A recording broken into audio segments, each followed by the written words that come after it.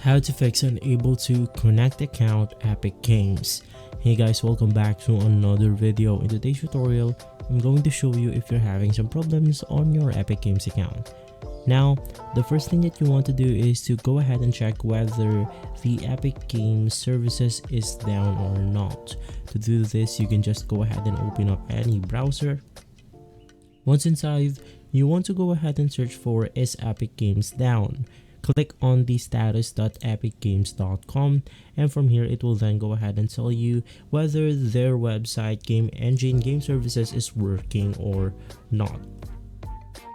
Now, right after checking and the problem persists, you can just go ahead and restart your device right here and see if that fixes the problem. But if all of the solutions that I've shown you doesn't work, the last thing that you can go ahead and do is to go ahead and completely uninstall Epic Games right here and install it back in. To do that, just go ahead and type add or remove programs.